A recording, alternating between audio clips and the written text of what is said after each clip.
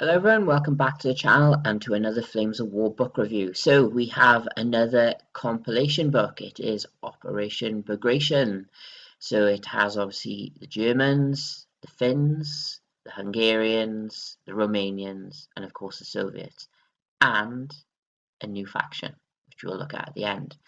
So since this is a compilation, the Battlefront have added some new stuff, some new formations to this book. I brought something back as well that has been missing quite a lot from basically should be involved in every front of the game, but isn't. But it's back in this one. So all I'm really going to be covering is the new stuff in this book, since we've got the books anyway. I won't do any points values because it probably won't be allowed, but we'll look at the formation structure and stats, etc., and things to get excited about when this book finally comes out. And that's it. I will mention some points and stuff, things I'm excited of seeing, maybe wanting to use. There is nothing new for the Finns and Romanians, so they will be skipped, and there's slightly something different for the Hungarians, which we will cover. So let's start having a look. So if you look in the link in the description for this video, there are a few links basically to pre-order, or depending on when you're actually watching this video, order your copy of the Bagration book, the reinforcement cards, which I do advise you get because they're quite handy, and there's also a Firestorm Bagration set. So basically this is it is a campaign game. It's kind of like playing Risk, but instead of rolling dice to win the battle when your armies meet, you play a Battle of Flames of War instead, and the units you have present become reinforcements for your units in the battle. I've done a few videos using a Firestorm campaign before, which are quite fun, but I definitely recommend it if you want a bit more of a narrative out of your gaming. But it is quite fun, so have a look. Firestorm are great value. They do have discount. If you are pre-ordering them, you most likely will get them the date of pre-order, unless Battlefront slightly slow or having difficulties. And by clicking using my link, you'll help support me and the channel. Okay, so first in the new formations to Bagration is a Tiger II tank company. The best part of the stats and the points, which you will see. So, of course, the HQ is going to be a Tiger 2, and then a compulsory unit of Tiger 2s, and then you can have Tiger 1s, another unit of Tiger 2s, and then you have your AA options. Right then, so the Tiger 2 stats, they're aggressive. Not too much of a problem since nothing can really hurt them from the front. Side is a problem. They are confident. They have a 2+ last stand, a 3+ remount, and are trained. Now, I can't really tell you what the points are, but 3 of them are perfect for reserves. Now, I mean perfect, which made me wonder why they are cheaper than the training Tiger 2s, because unless there's something in the tactical movement, etc., these guys have got better stats than the training Tiger 2s, but they are cheaper. But there we go. A perfect unit for reserves, and good stats as well. Good remount and a good last stand. Aggressiveness, probably the biggest letdown, but you can get around that when you got front armor 16. Next new formation is an Ostfront SS Panzer Battle Group. Now I think this is kind of utilizing the command cards that we had with the old Bagration. So we have a Battle Group HQ, and then you can have either Panzers or Panzer IVs, and then either Panthers, Panzer IVs, or Tigers in your compulsories, and then you have plenty of options then in the third option: Panthers, Panzers, Stugs, or Armoured Panzer Grenadiers. I do like having infantry in a tank formation, and then more Panthers or Panzer IVs, and then you'll have your AA. Now, the SS Panthers are the frontline ones, but the biggest thing is they are careful, they are fearless, and they are veteran. Now, 3 of them are not perfect for reserves, because you have a few more points to spare. I think that's how we'll play these things. The HQ, on the other hand, can either be a Panther or 2 Panthers, or 1 Panzer IV or 2 Panzer IVs. So you can have Panzer IVs. And then the SS unit becomes in units of 3 or 2. All the SS units in this formation, and there's also another SS formation which we'll look at, are all careful. Okay, and then these are the other 3 armoured units you can have in this formation. So the Panzer IV obviously is a Panzer IV, but it is fearless, it is veteran, and has a 2+ remount. Now, that comes in a unit of 3. Now, if you had 2 units of 3, they would be just shy of a perfect unit for reserve. Units of reserve. And then you have the Stug, again careful, front 7, so better than the Panzer IV on the armour front. Fearless, 4+ counterattack, so not too bad a counterattack with an SP gun, and a 2+ remount, veteran, and 4+ in assault. Now, they come in units of 3. If you had 2 units of 3, that would be perfect for reserves. And then the Ostfront Tiger tanks, so 2+ motivation, veteran, careful. They are more expensive than the SS Tigers from the D-Day book for some reason, because 3 of them are 3 points more than a perfect unit for reserves. And I think in the SS D-Day SS book, you could have 3 and upgrade them to Tiger Aces, and that would be bang on 40 points. So interesting there. And last formation for the Germans, an SS Panzergrenadier battle group, which is a Mahusiv formation. So obviously your HQ, and then a compulsory Panzergrenadier platoon, and then second you can have either Panzergrens, armoured Panzergrens, or recce platoons. Third option then, again, your infantry, but you can have Panthers, Panzer IVs, Tigers, or Stugs. You'll have your mortars, you'll have your armoured 7.5s or 7.5 centimetre gun platoon, 12 centimetre mortars, grills, 15 centimetres, machine guns, Pak-40s, Marders, Panzer IVs, flamethrowers, and AA guns. So a lot of options there with in-house armoured units as well. And remember, these are all careful and fearless. It's a bloody well-rounded formation, I think. Other than the SS Panzergrenadier platoon, but obviously Saga's butt could be used in any way you want.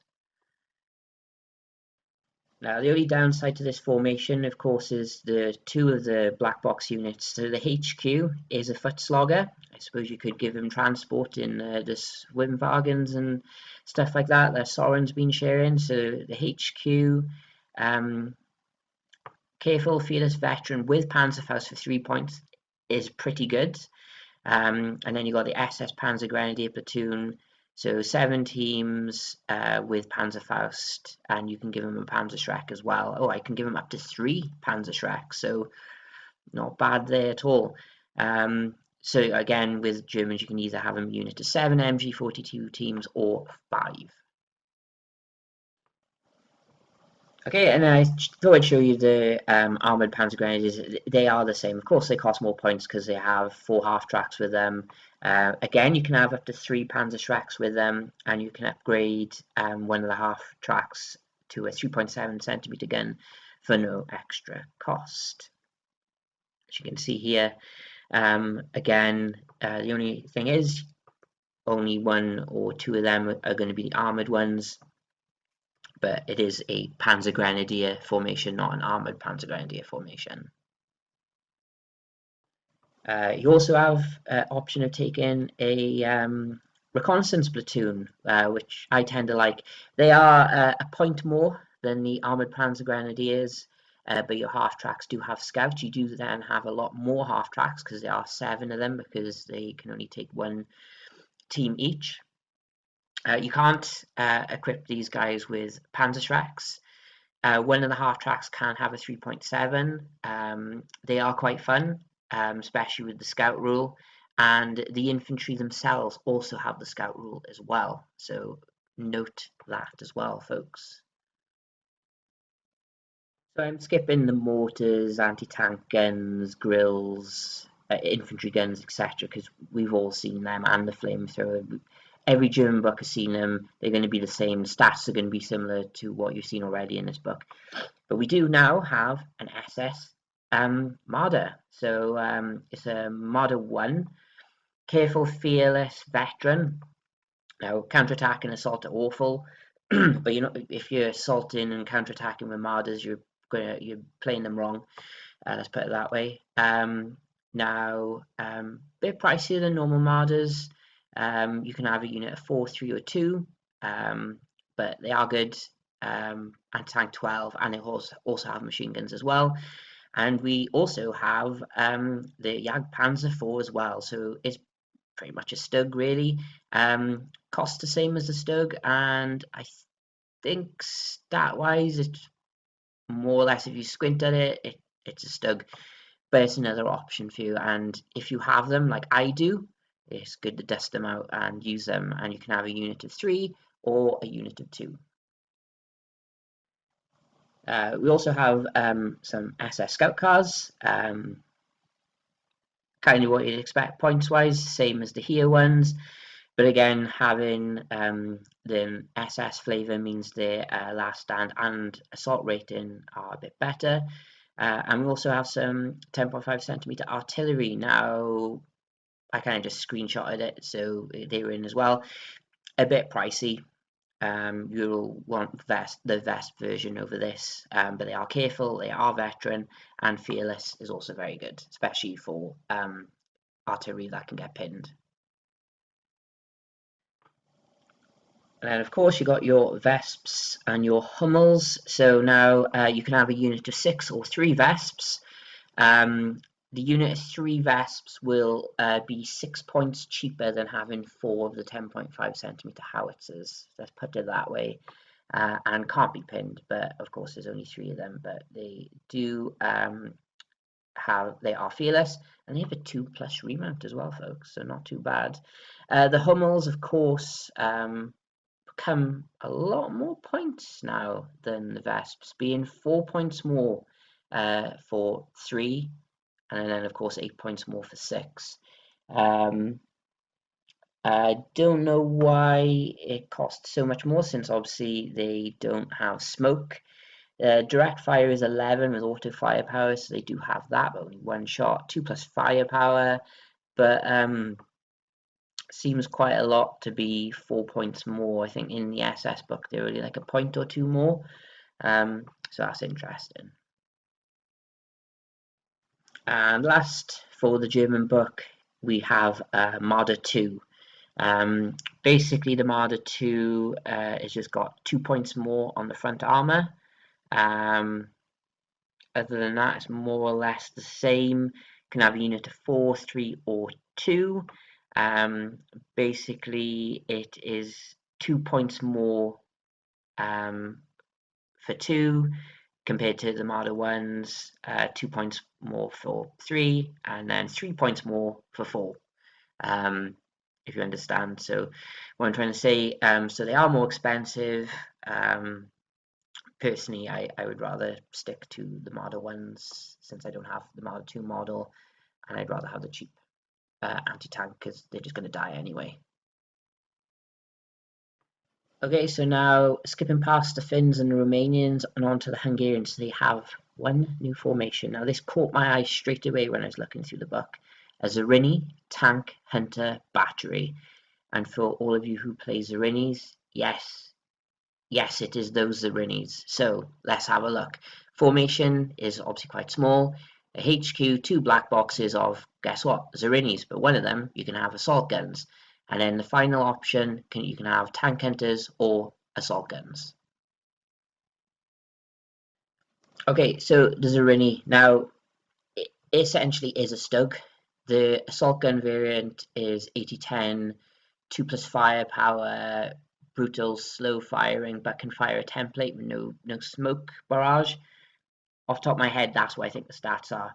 Now, in the Bagration book that we used to have, you could upgrade one per unit with this long gun, the AT-11, but only one, and it costed you a point as well. Now, these are the same cost as the assault gun ones. So there you go. So you know those points if you look at what you've got now. They are the same points. Um, they are good. They are careful, fearless, counterattack on a 5 veteran, but hit on 4s and assault. So not too bad at all.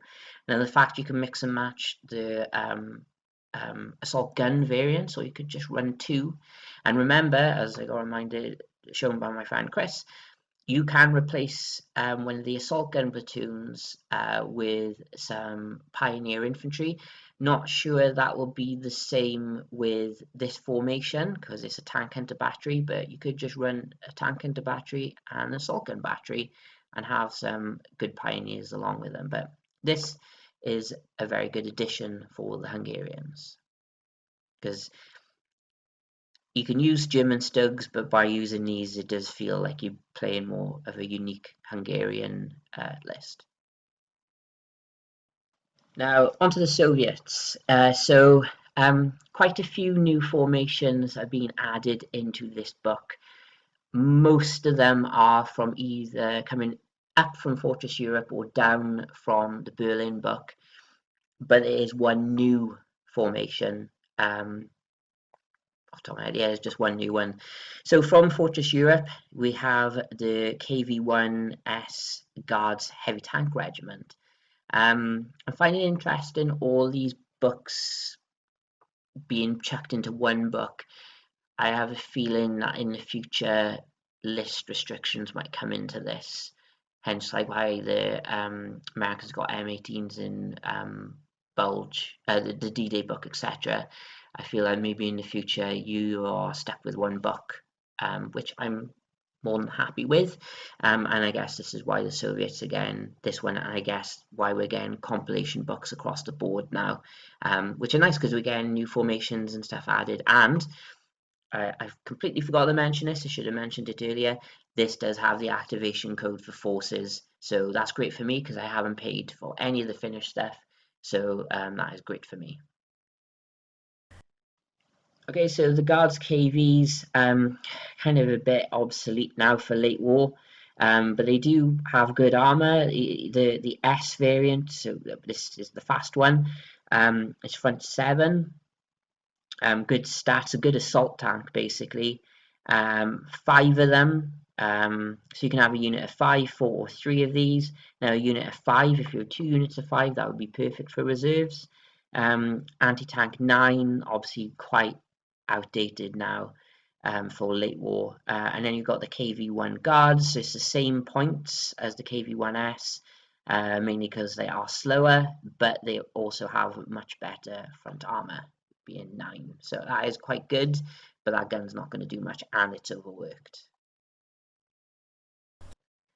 Okay, so if you like Churchills, like Shirley does, you can run your Churchill Guards Heavy Tank Regiment. Now, the good thing is you can have a little sprinkling of KV-1s in there as well. HQ is compulsory Churchill, first black box is Churchill, second black box is Churchills or KV-1s, and then more Churchills, and then more Churchills again with KV-1s. Okay, so the Churchills, of course, they're a lot cheaper than the British ones because they are aggressive, but they are fearless and trained. And with their top armor of 2, a pretty decent assault tank, and a decent front armor, but obviously they'll get hit a lot more.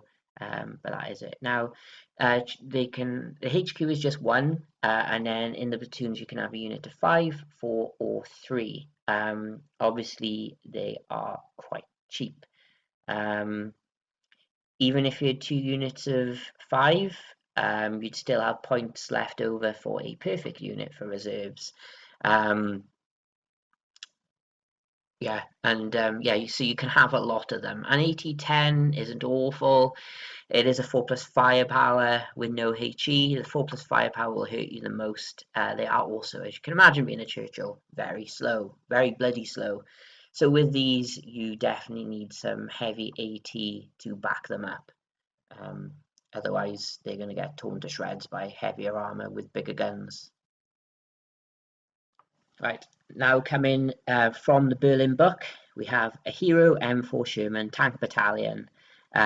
So we have a HQ and then 2 black boxes of the first one being M4 Shermans or M4 Sherman 76s.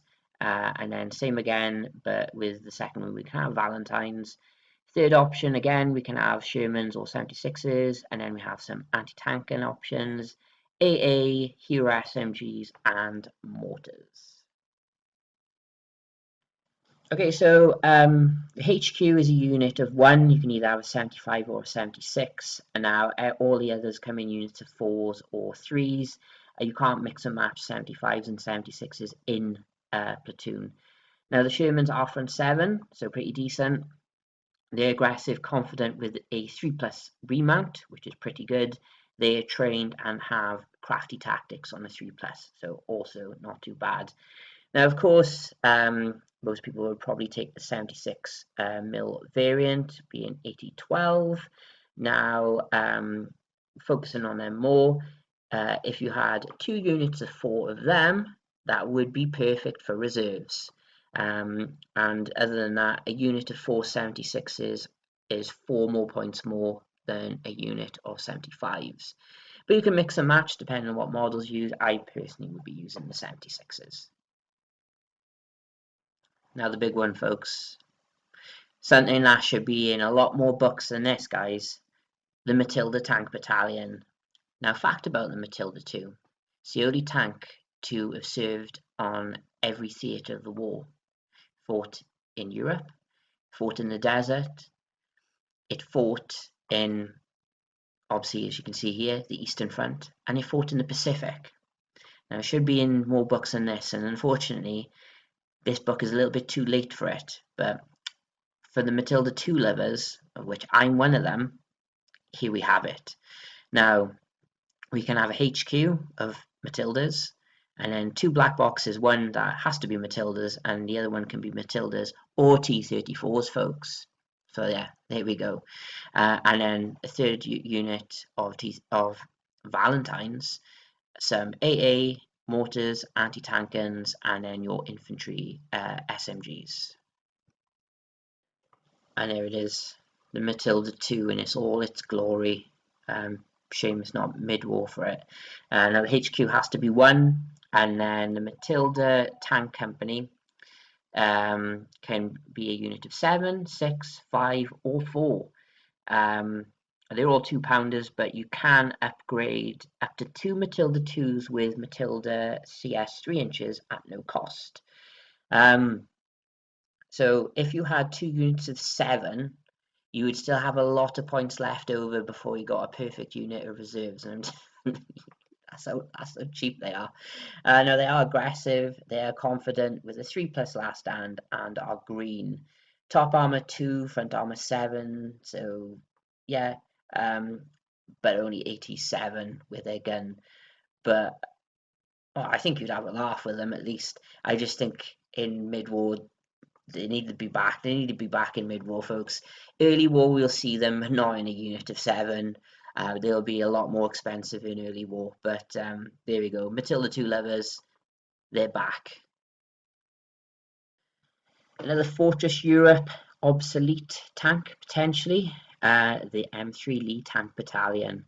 So a HQ of M3 Lees, a compulsory M3 Lee unit, and then M3 Lees or T-34s, and then Stuarts or Valentines. And again, anti-air, mortars, anti-tank guns, or SMG companies. Okay, so the M3 Lee HQ has to be a unit of 1, and then the company can be a unit of 10, 9, 8, 7, 6, or 5. No way of doing Oh, so they're all the long variant anyway. So yeah, I was just about to talk about upgrading them. So aggressive, confident, 3+ last stand, green, front armor 5, so a bit very low really for late war standards. 80-10, not awful. Now for a unit of 7, okay, well, let's put it this way. If you had a unit of 10, you'd have 11 points left over for a perfect reserve unit. There you go. And then Stuarts, M3 Stuarts can be a unit of 7, 6, 5, or 4. Now, if you had your unit of 7 added on to your unit of 10 M3 Lees, you'd have a point left over to spend to bring it up to a perfect reserve unit. But yeah, a horde of Stuarts coming your way with this or Lees. Now the biggest thing I like with the Lee is it has 2 guns. It has the hull mounted gun and then it has the turret. Now what you tend to find is the turret actually is the stuff that kills for you. And last formation for the Soviets, again from Berlin, is an M4 Sherman tank battalion, so not the hero one, sorry. So HQ, and then first one is Shermans or 76 Shermans, and then you've got Shermans, 76 Shermans or Valentines, and then Shermans or 76s, and then again with your other support options that are the same in the other tank units. Okay, so the main difference with the non-hero ones are they are green, but these guys do get 3+ last stand on top of the 3+ remount, so there is that. HQ is obviously 1 or 175 or 176. Now these guys can be units of 10, 9, 8, 7, 6, or 5. Now a unit of 9 76mm Shermans are 2 points more than a perfect unit for reserves, so they are quite cheap. Now being 80-12, front armor 7 with a 3+ remount and 3+ last stand, not too bad. The green does affect them, but being a Soviet player should have plenty of other stuff to deal with infantry and stuff. Now that's it for the Soviets, but remember, as I said, there is a new faction. It's bloody Bagration Polish, folks. Forces on the Eastern Front, 1944. Basically, it's the Warsaw Uprising, guys. There's just one formation for the Polish, which we'll have a look at, but I think it looks pretty tasty and would very much enjoy playing with it. Not so much against it. Right, so the force structure, as I said, just one formation, an infantry battalion, and then you've got plenty of support, so basically the stuff they captured. They do have some new special rules. So obviously a lot of them are already built into their stats, like Mounted Assault, Fate of a Nation, Panzerfaust Limited 1. They also have tunnels and paths. So infantry teams treat woods, forests, and rubble as cross-country dash instead of terrain dash. Interesting. They also have Ura, so they can charge 6 inches. So let's have a look at the infantry battalion. Right, the infantry battalion is rather large. You can have a HQ, an infantry company, or a Kediv partisan company, and then you can have the same again twice more. 81mm mortars, machine guns, anti-tank guns, and some more light anti-tank guns. So quite a lot of infantry there. Okay, stat-wise, they're not too bad. So the HQ is a unit of 2, so either SMGs or rifles. HQ is aggressive, 3+ save, fearless, and green. Now the infantry company, quite a bit of options. You can have a unit of 21, a unit of 16, or a unit of 11. They're aggressive, fearless, green with a floor plus assault. They can have a tank hunter team for +1 point. They can have flamethrowers, HMGs, MP40s, which is great. The only problem is their tank hunter team basically is its own team. It's not limited one or anything like that. So if it dies, it dies. But very interesting. And a unit of 21 of them. Well, it's not a lot of points, but yeah. It doesn't seem like there is actually a model range for them as such, unless there are all models floating about. It looks like, I was chatting to people about this, it looks like Volkswagen models painted up like this, which kind of makes sense. If you look at the Volkswagen, they do have some German equipment, but most of it is civilian stuff, which is basically what the Poles would have been using in the Warsaw Uprising, other than probably hidden bits of Polish kit that they may have had. So another infantry option the Poles have is the Partisan Company. So it comes in units of 9 MP40 teams with Panzerfaust or 5 with Panzerfaust. You can give them an extra 2 tank hunter teams and replace 1 with a flamethrower. So not awful. They're aggressive, fearless, trained. The fact they have limited 1 Panzerfaust, or limited 2 Panzerfaust, sorry, is pretty good. And they have tunnels and paths. Okay, so here some of the stuff the Poles managed to capture. So basically, you can have the Panther, and then you can either have the Tiger, the Panzer IV, or the Hetzer, because they take up the same slot. Okay, so you have a Panther, so it is the front line variant. It is fearless, aggressive, trained. You can have 2 or 1. No, not bad on the points as you expect. Now the Tiger, fearless with a 2+3 mount, trained and aggressive, not too bad. Now you can only have 1 Tiger, but you have an option to have a Tiger with a Panzer IV. The Panzer IV, you only are able to have 1 of them. Okay, I did previously mention the Hetzer. Again, you can only have 1 Hetzer. You also have an assault platoon, so that is 4 MP40 teams, 2 tank hunter teams, and 2 half tracks, or 2 MP40s, 1 tank hunter, and 1 half track. So nice little mobile unit there. And then, of course, you can see the half track stats there as well. Okay, and then some more support. We have some scout cars. They are united to only the MG version. And then we have some 10.5 centimeter artillery. You can have a unit of 6 or a unit of 3. The unit of 6 is dirt cheap. Dirt cheap. Now they are green, but they do fire smoke, and they are not a bad artillery gun.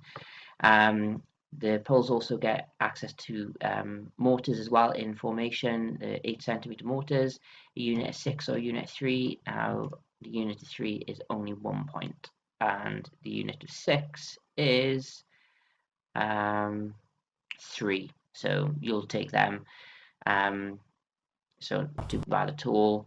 And then the Polish People's Army Rifle Company is basically from the Soviet book, using that upgrade. So a unit of 22 rifle MG teams, or a unit of 15. You can add up to 2 HMGs, up to 2 PTRDs, and up to 2 flamethrowers. So another unit to add on to them. And that is it for the Bagration book. Not too bad book at all. Remember, you've got your activation code, so kind of makes it worthwhile, especially if you haven't unlocked much of the Bagration book already. So remember, look at the link in the description. It'll take you straight through the Firestorm games for the 3 purchases for Bagration. Suggest you do get them. Definitely try out the Firestorm campaign. It's good fun. And that's it. So I hope you enjoyed. Comment any questions, and I'll do my best to answer them. But until then, only a little bit longer to wait for the book itself, a little bit late for UK Nationals, but next year we'll be able to use it for the tournaments.